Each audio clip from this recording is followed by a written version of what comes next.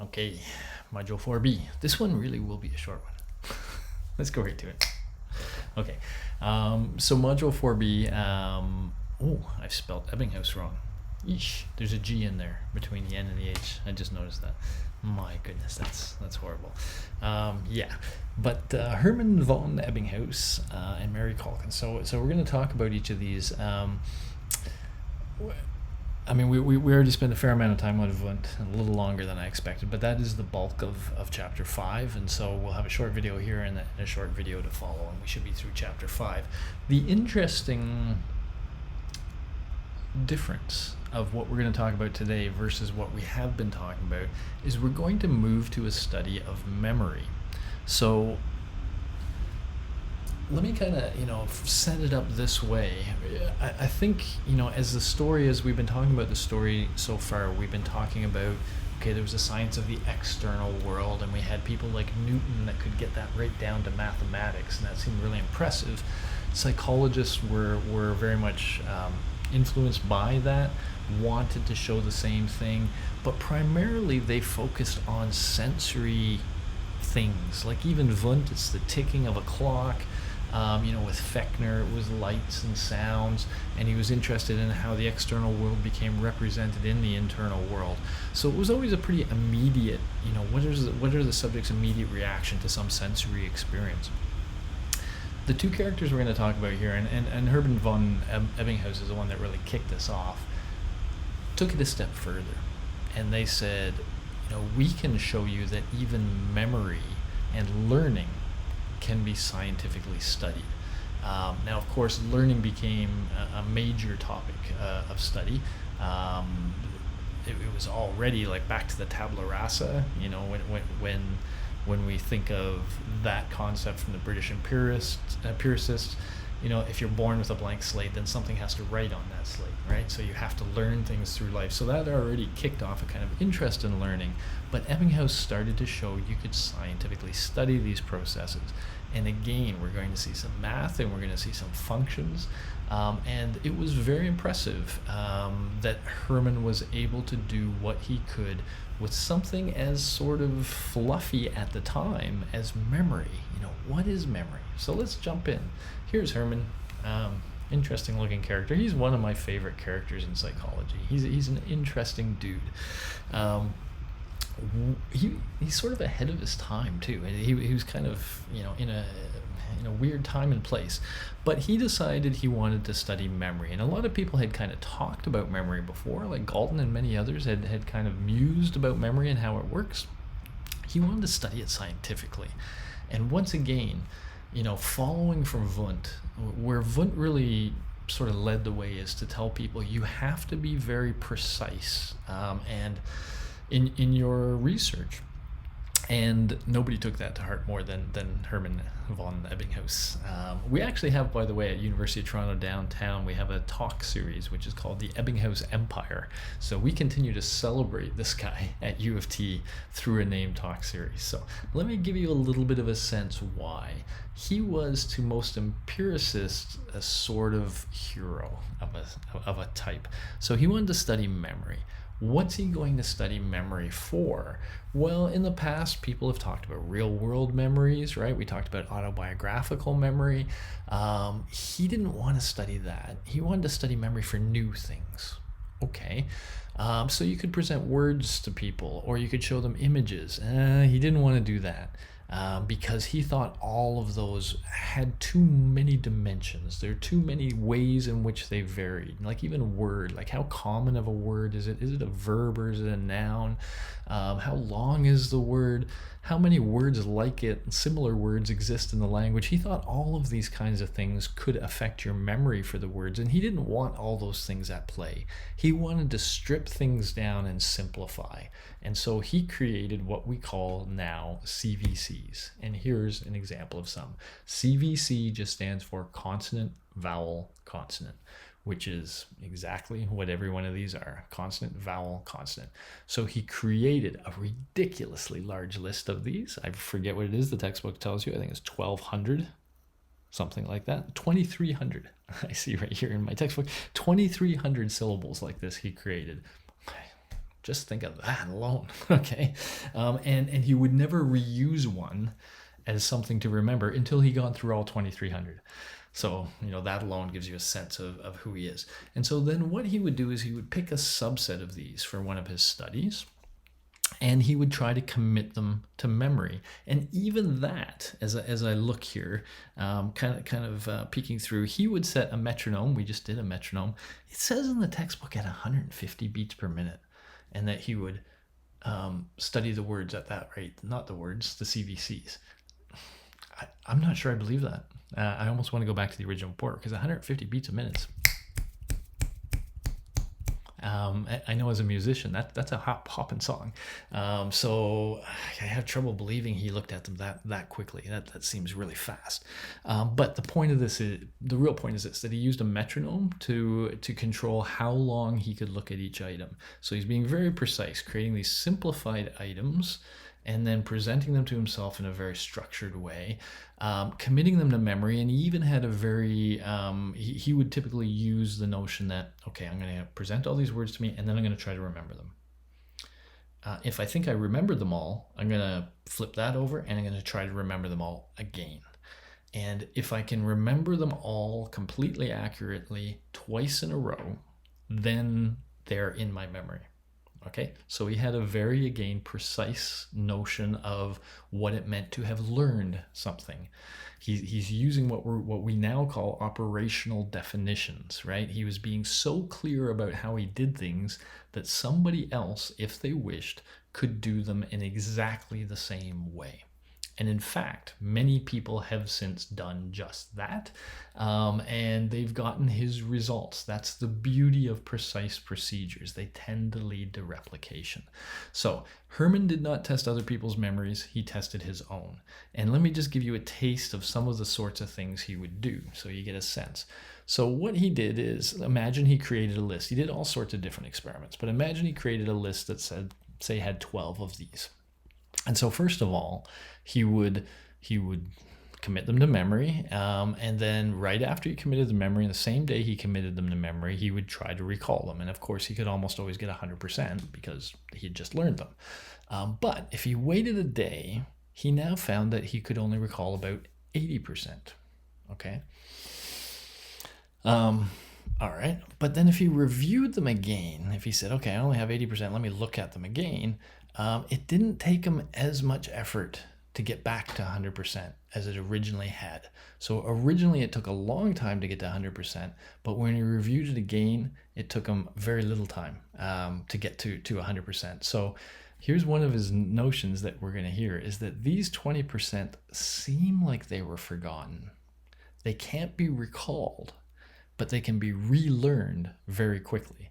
So and he showed this at various time intervals. He'd wait a couple days, and he'd do these sorts of studies of saying, how accurate am I? How long does it take me to relearn? And in fact, one of the things we've learned from Ebbinghaus that you can relate to is that whenever you do one of these courses and you feel like the moment you write the exam, you forget everything in the course, you haven't really. It may seem that way. It may seem like that stuff does not come to mind, as though it's not even in your brain, but it's in there. And if you ever need it, you can relearn that material really quickly. Okay. And so that's one of the interesting things he showed, that things can seem to be forgotten, but they're not. They're just not recallable, but they're there. And with a little bit of relearning, you can bring them back. That's kind of cool. He's really known for this, the so-called forgetting curve. And this is just a much more simpler version of what I told you over there. He would learn some amount until he got to 100%. And then he would just wait certain periods of time, and he'd say, how many can I recall now? How many can I recall now? And what he found is that very quickly, over very short periods of time, you lose most of the information. In fact, after sometimes as little as an hour or two, depending on how many he learned, right? If he tried to learn, let's say 16 or 20, after maybe as little as an hour, he might be down to only remembering 50 or 60%. And after 5 hours, he might be down to, 30% or 35%. And so we see this curve that we see over and over again, where information seems to be quickly forgotten, to a certain point, and then it stays at that point. And we now call this the forgetting curve. And so what he was showing here is that something like memory, you can, if you're very precise, you can load things into memory, and then you can try to get them out.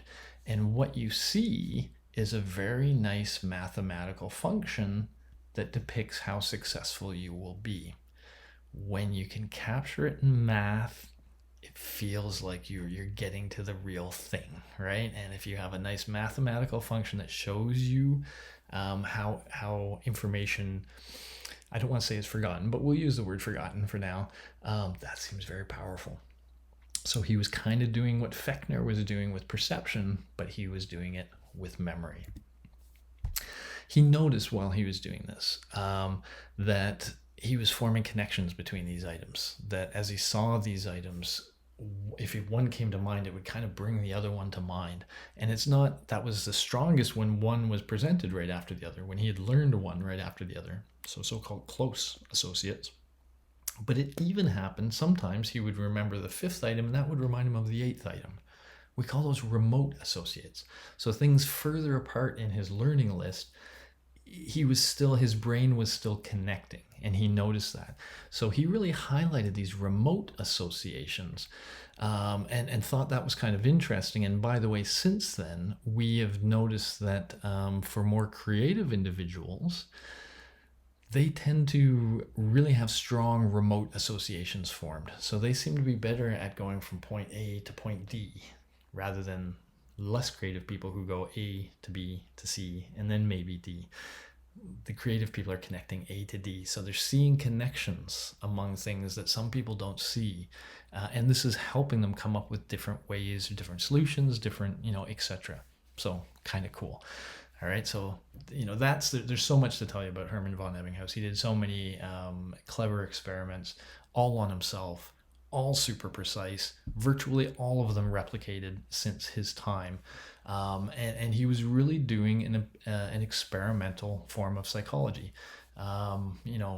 where he was comparing different conditions. So we're back to that, comparing different conditions and looking at things. So for example, these are essentially different conditions, right? Immediate memory at different hours, and you see these functions kind of forming. So cool, very experimental, and very cool. So just very quickly to add on top of that, Mary Whiton Calkins sort of took up this memory research and continued on. She did something very interesting, not necessarily appreciated at the time, and there's reasons for that we'll talk about, but subsequently people have used this a lot. So it's a variant of a memory experiment. Hermann von Ebbinghaus was, of course, presenting these CVCs one at a time. What Mary Whiton Calkins did was combine dimensions of a stimulus. So sometimes it would be more than one stimuli, sometimes it would be more than one dimension. So for example, she would show people the number 47 in green, and she'd say, remember that. And I'm going to show you the word 70, or the number 73 in brown, and remember that. But the interesting thing here, and then at test, by the way, she would give you, say, a color, blue, and say, what can you remember that was blue? Well, what can you remember that was blue? But that would probably be the number 12. That would be fine, right? There's no problem remembering that, because it's the only thing that was presented in blue. Okay, let's follow this through a little bit more. Light gray. Well, we had 58 in light gray. That's pretty much it. We have this medium gray here one. So it would be kind of interesting if people remember 39. That means the color took them to a different place. But in some cases, and I'm going to just sort of intentionally do this, look at the word violet here, or not the violet, look at the color violet. 26 was shown in violet, 61 was shown in violet, 61 was shown again in violet, and 61 was shown again in violet. So this is the really interesting thing she would do. In this case, for the color violets, it was 61 3 of the times, but it was 26 once. So you can vary how often a stimulus shows up in a specific color. And then the question is, when you give them the test probe violet, what do they give you? Do they give you 61 or do they give you 26? And does that depend on the relative frequency of these things. So this showed 3 61s versus 1 26. What if we made 2 26s in violet? What if we made 12 61s in violet and 2 26s in violet, etc.? So you can vary the relative frequency of these two dimensions, and you can look at the effect that has on memory. And so this provided a really nice way of manipulating a factor that has real world significance, right? Certain events we see more or less commonly, and we can ask how that affects memory.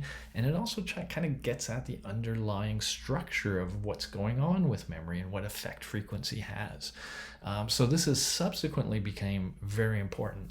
Now, one of the stories that you hear about Mary Wilkin Calkins, and you hear it about literally every female psychologist we've talked about so far, is what a challenge it was for them to be successful. In her case, she did all of the work she had to do for a PhD, I believe at Harvard, I believe, and but they wouldn't give her a PhD. Why? Okay, she was a woman. You don't give PhDs to women. PhDs are for men. That was the kind of world she lived in. So even though she had learned everything and done everything that a man would need to do for a PhD, she couldn't officially get a PhD, which means that she could not supervise students who were trying to get a PhD and would go on to become professors or scientists. And therefore, by the way, she had a lesser effect on psychology, because part of the way that scientists become famous is by training students who go on to do research and, of course, almost always cite their supervisor's work, right? We talked about science being a social construction. That's one of the mechanisms of the social construction is one's students end up promoting your work. Because she couldn't have any students, she didn't have a subsequent, sort of, it's almost like family that would be promoting her work, and her work was largely forgotten for many, many years.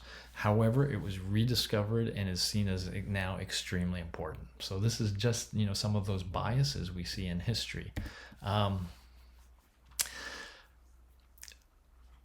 We also see in Mary Whiton Calkins the beginnings of a clinical psychology, the first sort of tastes of it. So here's a quote from her, that a major justification for experimental psychology is that it would ultimately enable us to control a person's learning history, so that harmful or troublesome associations could be eliminated and socially beneficial associations acquired instead.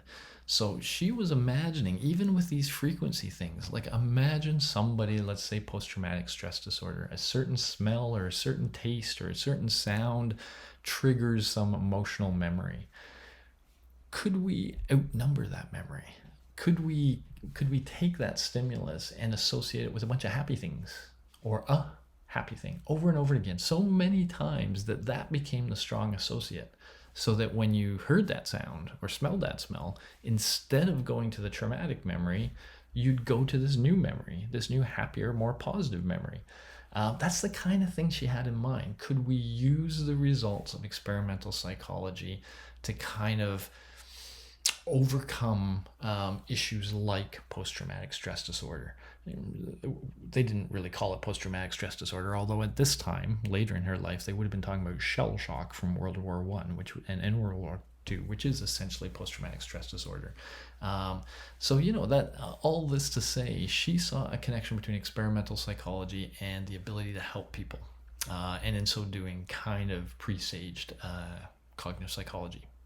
There's no Freud yet, right? This is all pre-Freud so far. All right, cool. So I'm going to stop there. That brings us to about halfway, a little more than halfway through chapter 5. I'm going to finish up chapter 5 in the next video. Cheers.